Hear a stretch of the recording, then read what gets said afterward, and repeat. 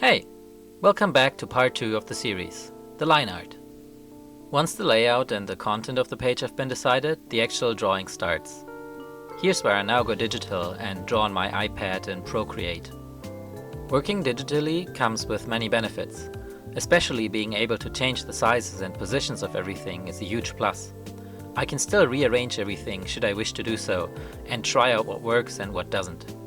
Personally, I'm a fan of creating a nice atmosphere and a believable setting for my story, and I've always enjoyed drawing backgrounds, which is why there are so many in my cat comic. By having the protagonists being cats, we get to explore many places that we couldn't visit, like in a regular comic with human characters, and also get to explore the setting from different angles this way. Due to the relatively elaborate backgrounds in my comic, I tend to use a lot of reference for my settings, not only for a more realistic impression, but also because I don't live where the story is set, which would be the US West Coast area. So there are many small things everywhere that aren't ingrained in my memory since I did not grow up there. Google Maps is a great source for authentic impressions of foreign towns and cities and helps getting details such as street signs, houses, cars and so on right. Also, looking at reference images helps with simply getting ideas for what to even put into the scene. I have many panels which are simply environmental establishing shots for the purpose of setting the stage and really drawing the reader into the world. In some cases, I do trace parts of an image if I really like the way it already is and to serve as a starting point for the perspective, but I try to implement it into the scene organically, and mostly it gets altered so much anyway that the final result ends up looking very different from the original photography. This also comes from using watercolors for coloring, at which point I usually don't really look at many reference images anymore.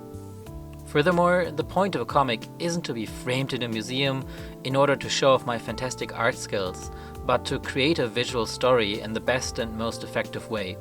Many manga artists will often completely trace certain backgrounds for this reason, such as for an aerial view of a city or some other complex background that will only be shown in this detail for a large panel establishing shot.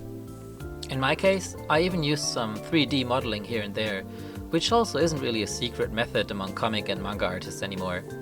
The great benefit of setting up a 3D scene in advance is not only the accurate perspective of each shot, but the consistency between panels especially.